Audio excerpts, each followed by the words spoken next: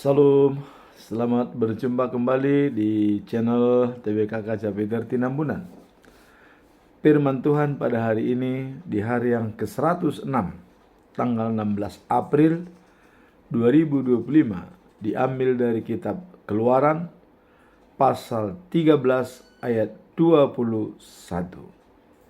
Dengan perikop tiang awan dan tiang api dalam melindungi perjalanan bangsa Israel. Apa nats daripada ayat ini? Sebagai ayat dalam pasal 13 ayat 21 dikatakan, ya, dalam bahasa Indonesia,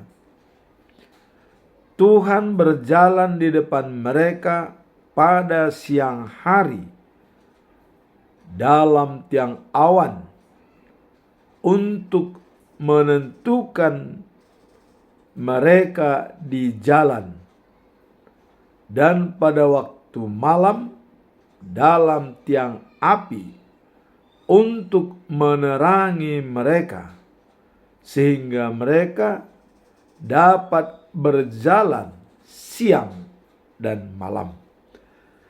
Bahasa Indonesia sehari-hari katakan demikian. Pada waktu siang, Tuhan berjalan di depan mereka dalam tiang awan. Dan pada waktu malam, Ia mendahului mereka dengan tiang api untuk menunjukkan jalan. Dengan demikian, mereka dapat berjalan siang dan malam. Bahasa Batak Toba Siganupari di dok songonon. Molo tiki arian Jahoba mardalan di jolo nasida marhite ombun na jongjong songot tiang. Jala ia budari Jahoba mardalan di jolo nasida marhite tiang api na manorangi pardalanan nasida alani ima umbahen nabui nasida mardalan arian dohot boringin. Demikianlah firman Tuhan pada hari ini.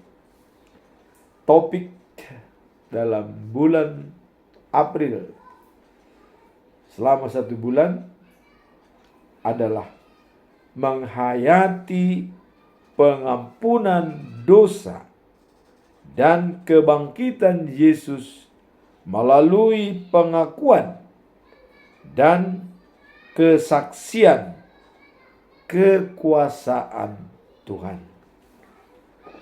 Itulah topik. Dan topik ini dijabarkan dalam kitab Roma pasal yang ke-6 ayat yang ke-4. Demikian bunyinya. Dengan demikian, kita telah dikuburkan bersama-sama dengan Dia oleh baptisan dalam kematian, supaya sama seperti Kristus telah dibangkitkan dari antara orang mati oleh kemuliaan Bapa, demikian juga kita akan hidup dalam hidup yang baru. Hidup yang baru dengan baptisan kudus. Ini adalah merupakan transformasi spiritualitas kita dan rohani dari kehidupan lama menjadi kehidupan baru. Kalau Paulus mengatakan, habis gelap terbitlah terang. Terangmu harus bercahaya supaya dilihat orang perbuatanmu yang baik itu dan memuji dan memuliakan Bapa di surga. apabila kita sudah dijalankan transformasi dari kehidupan lama kepada kehidupan baru, yaitu dengan baptisan kudus, kita berhak menjadi pewaris kerajaan surga, yaitu life after life, the new of Jerusalem. Hidup setelah kehidupan saat ini, kita berada di Jerusalem yang baru. Itulah topik kita dalam bulan ini, selama bulan April. Sekarang kita masuk dalam perikop hari ini. Diambil dari kitab Keluaran pasal 13 ayat 21. Tiang awan dan tiang api menuntun bangsa Israel dalam perjalanan dari Mesir menuju tanah Kanaan. Apa makna daripada ayat ini? Mari kita lihat. Ayat ini mengatakan Tuhan pergi di depan mereka pada siang hari dalam awan. Kita tahu kalau awan datang di siang hari, suasana menjadi teduh, enak. Jadi mereka ditutupi awan pada perjalanannya sehingga teduh sepanjang hari dalam perjalanan. Ya, tidak kepanasan. Dengan tiang awan berarti sejuk dalam perjalanannya. Dan untuk memimpin mereka di jalan pada malam hari dalam tiang api, untuk memberi terang bagi mereka supaya mereka dapat berjalan siang dan malam. Jadi tidak ada di sana listrik, tidak ada lampu, ya. Tapi mereka selama 40 tahun bisa berjalan melalui padang gurun dan juga hutan, ya. Itu diterangi oleh api, tiang api dari Allah. Allah di depan mereka menerangi perjalanannya, sehingga tidak ada istilah mereka berhenti untuk tidak melanjutkan perjalanan, baik siang maupun malam hari. Tentu pada saat mereka sudah capek, barulah mereka berkemah pada tempat yang ditentukan. Itulah makna daripada perikop itu. Sekarang apa yang kita lihat, pesan moral yang bisa kita pegang dalam kehidupan kita. Dari berjalan siang dan malam, ya. Ayat ini adalah pentingnya mencarikan petunjuk dan bimbingan Tuhan dalam hidup kita, terutama bagi kita yang berurusan dengan Tuhan pada saat usia sudah lanjut atau 70 tahun ke atas. Perlunya, ya, pentingnya, ya, mencarikan petunjuk dan bimbingan Tuhan. Artinya supaya kita dituntun seperti bangsa Israel dengan tiang awan pada siang hari dan tiang api pada malam hari. Tentu bagi kita, ya, tuntunan ini adalah secara spiritual. Apakah Tuhan membimbing langkah kita dalam setiap perjalanan hidup kita? Itulah pesan moral yang disampaikan kepada kita, selalu mencari Tuhan sebagai perlindungan kita dalam kehidupan sehari-hari. Sekarang kita melihat pembelajarannya apa. Setelah kita melihat makna tadi, ya, bahwa Tuhan menyerangi jalan dan melindungi kita pada siang hari, ya, dan kemudian mencari Tuhan, mengandalkan Tuhan dalam langkah kita setiap saat. Sekarang apa pembelajaran yang bisa kita lihat dari pesan moral dan makna daripada perikop ini? Ya. Dari ayat Keluaran pasal 13 ayat 21, ya, mengingatkan kita bahwa Tuhan selalu hadir untuk memimpin umatnya, memberikan petunjuk dalam hidup sehari-hari. Jadi Tuhan selalu hadir dalam kehidupan kita untuk membimbing dan juga, ya, menolong kita dalam perjalanan hidup kita setiap hari. Itulah pembelajaran yang bisa kita ambil. Pembelajaran yang kedua, ya, di sini, ya, dalam kehidupan yang mungkin dipenuhi dengan tantangan dan ketidakpastian, ya, perlu dan penting untuk mengandalkan Tuhan dengan langkah-langkah baik, tetap berada di jalan yang benar dan penuh harapan. Itulah pembelajaran yang kedua. Artinya dalam kehidupan yang mungkin dipenuhi dengan tantangan dan ketidakpastian, penting untuk mengandalkan Tuhan sebagai pedoman kita untuk mengarahkan langkah-langkah kita agar kita bisa di jalan yang benar dan penuh harapan.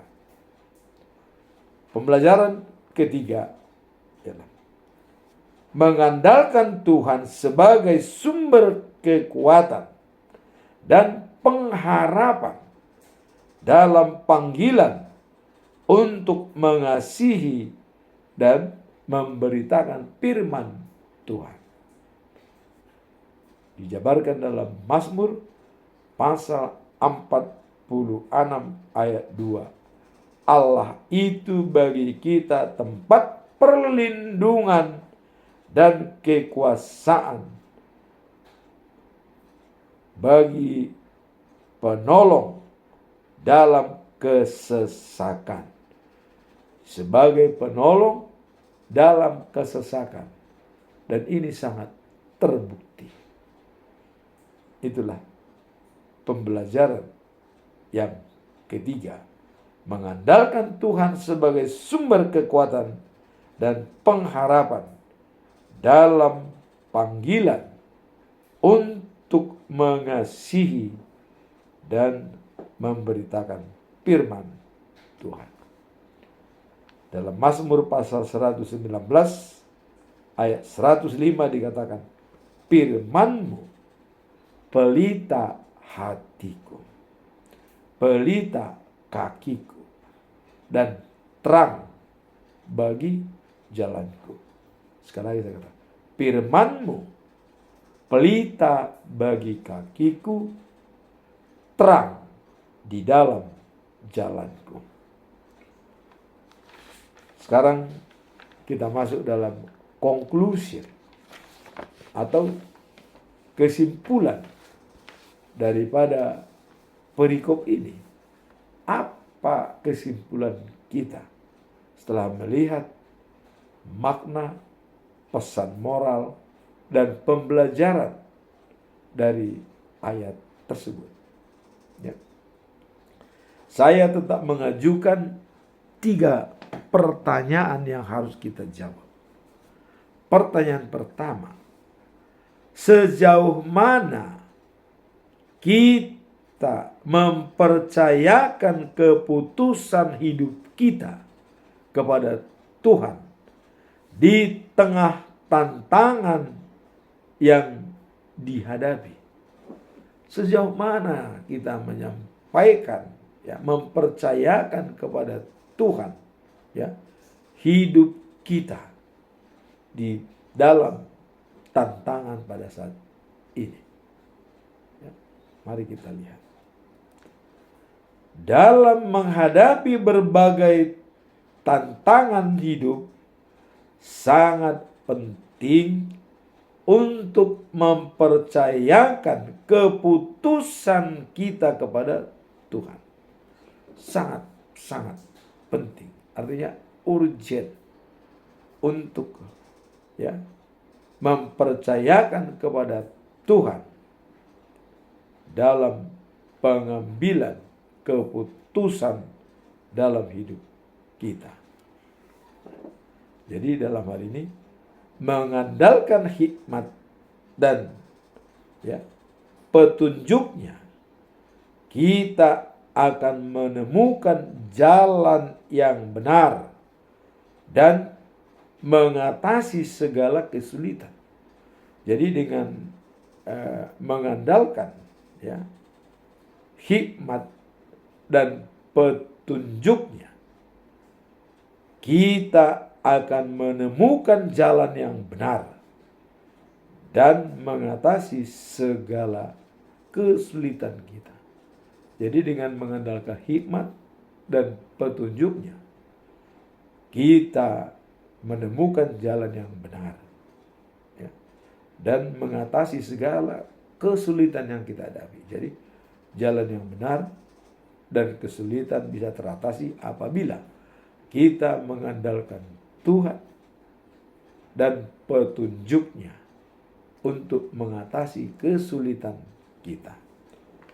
Pengkhotbah pasal 3 ayat 1 dikatakan, untuk segala sesuatu ada masanya, dan untuk setiap peristiwa di bawah langit ada waktunya. Jadi semua ada masa dan waktunya. Nah, ayat ini mengingatkan kita, ya, bahwa dalam hidup ini setiap peristiwa dan tantangan yang dihadapi, ya, memiliki tujuan yang ditetapkan oleh Tuhan. Jadi kalau ada, ya, tantangan, ya, dan juga peristiwa yang kita hadapi, itu memiliki tujuan yang ditetapkan oleh. Jadi ada rencana Tuhan di balik semua peristiwa-peristiwa yang kita alami. Maka berserahlah kepada Tuhan dan pasrah kepada Tuhan. Dia pasti menolong kita. Nah, ketika kita menghadapi keputusan penting, sangat penting, ya, menyadari bahwa Tuhan mengatur waktu dan situasi sekiranya kita dapat mempercayakan, ya, kepada Dia, ya, dan tenang. Jadi apabila sudah kita percayakan kepada Tuhan dan juga kita yakini, ya, pendekatan kepadanya, kita bisa menjadi tenang. Dan kita juga jangan pernah khawatir. Jangan pernah worry, ya, dalam hidup kita tentang apapun yang kita hadapi, melainkan, ya, kita serahkan permohonan kita, kebutuhan kita dengan doa kepada Tuhan. Itulah yang bisa mengatasi masalah kita, kekhawatiran kita, kita serahkan kepada Tuhan dengan permohonan dalam doa. Dan setelah itu maka damai sejahtera Allah akan melampaui segala akal kita dan memelihara pikiran kita di jalan yang benar. Sekarang kita masuk dalam pertanyaan kedua. Bagaimana cara kita untuk mengenali tanda-tanda bimbingan Tuhan dalam kehidupan sehari-hari? Bagaimana kita mengenali adanya bimbingan Tuhan dalam kehidupan kita sehari-hari? Ini sangat krusial ya.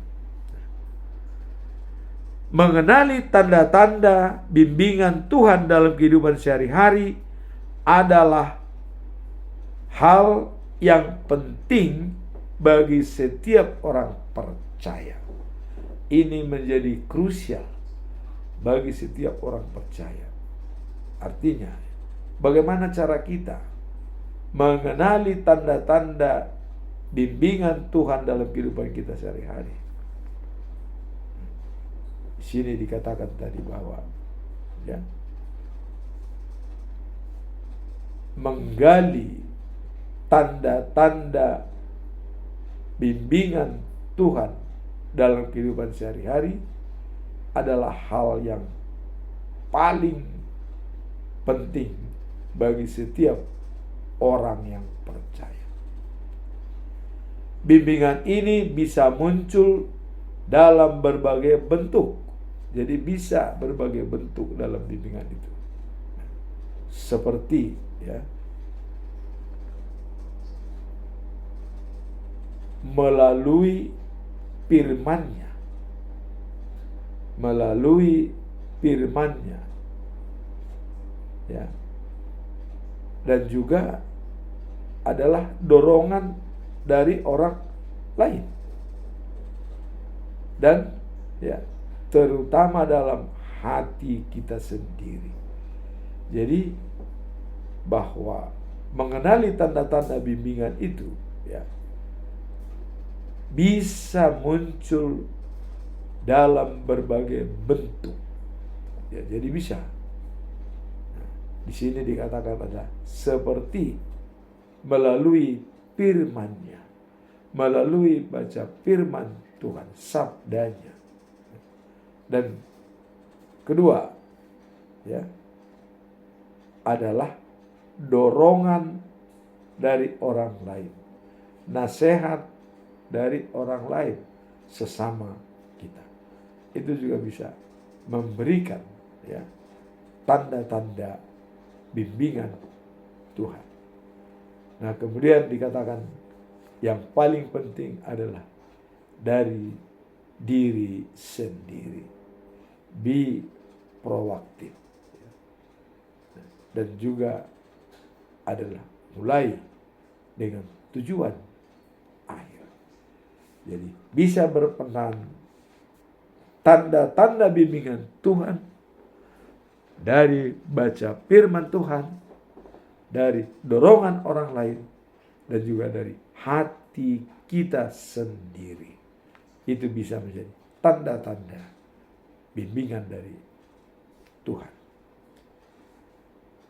Nah, dalam Yesaya pasal 48 ayat 17 dan dalam Mazmur 119 ayat 105 dikatakan, firman-Mu pelita bagi kakiku dan terang di jalanku. Ini bisa memberikan bimbingan kepada kita kalau sudah mengatakan bahwa firman-Mu pelita bagi kakiku dan terang di jalanku. Kemudian dalam Yesaya pasal 48 ayat 17 dikatakan, ya, Akulah Tuhan Allahmu yang mengajar engkau apa yang berguna bagimu. Jadi mengajar kita apa yang berfaedah dan berguna bagi kita. Di luarnya itu mungkin tidak pernah terjadi. Tapi di sini adalah apa yang berguna bagi kita. Nah, Kemudian membimbing engkau di jalan yang kau tempuh. Jadi Tuhan membimbing kita di jalan yang harusnya kita tempuh. Memberikan pengajaran yang berguna bagi kita. Itulah kalau kita sudah percaya dan yakin pada Tuhan. Karena dialah yang membimbing kita di jalan yang benar. Nah, dikuatkan lagi dengan Mazmur pasal 25 ayat 5. Ini adalah penguatan. Jadilah engkau jalan bagi kami, dan tunjukkanlah kepada kami jalanmu. Jadilah engkau jalan bagi kami, dan tunjukkanlah kepada kami jalanmu. Ini mengingatkan kita akan kebutuhan untuk membiarkan Tuhan membimbing dalam setiap langkah hidup kita.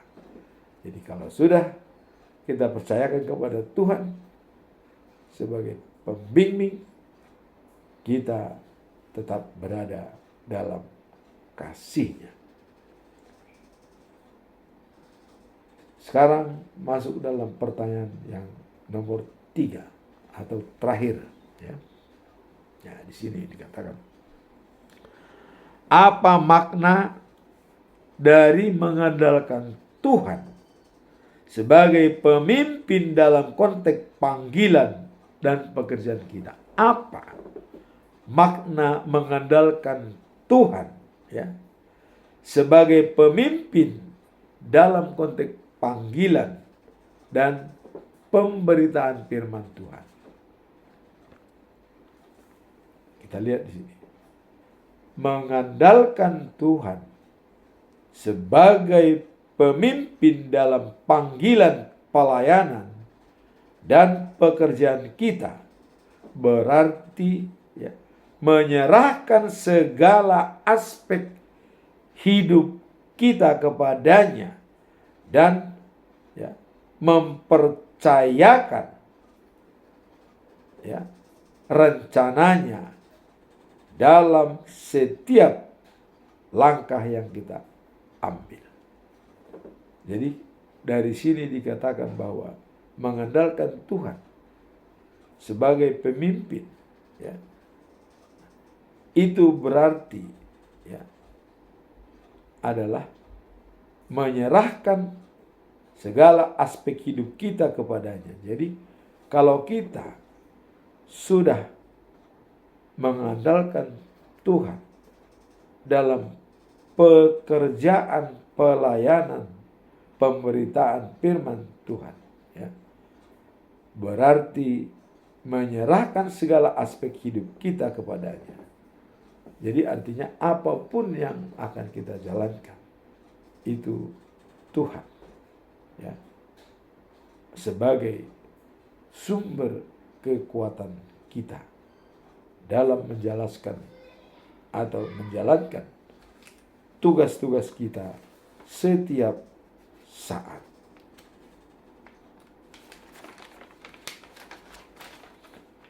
Dalam Amsal pasal 3 ayat 5 sampai dengan 6 dikatakan, percayakanlah kepada Tuhan dengan segenap hatimu dan janganlah bersandar kepada pengertianmu sendiri. Percayakan kepada Tuhan dan jangan bersandar pada pengertianmu sendiri. Akulah Dia dalam segala hal. Jalanmu, maka Ia akan meluruskan jalanmu. Jadi Dia dalam segala hal jalanmu. Jadi dalam segala hal Tuhanlah jalan kita. Maka Ia akan meluruskan jalan kita, memperbaiki. Jadi kalau sudah kita percayakan kepada Tuhan Allah dan bukan dengan pengertian kita sendiri, maka Dia akan menuntun kita dan memberikan jalan terbaik bagi kita. Itulah firman Tuhan pada hari ini. Maka percayakanlah kepada Tuhan apa yang hendak kau lakukan. Jangan mengandalkan pengertian kita sendiri, karena Dia Maha tahu dan Maha besar. Amin. Tuhan memberkati.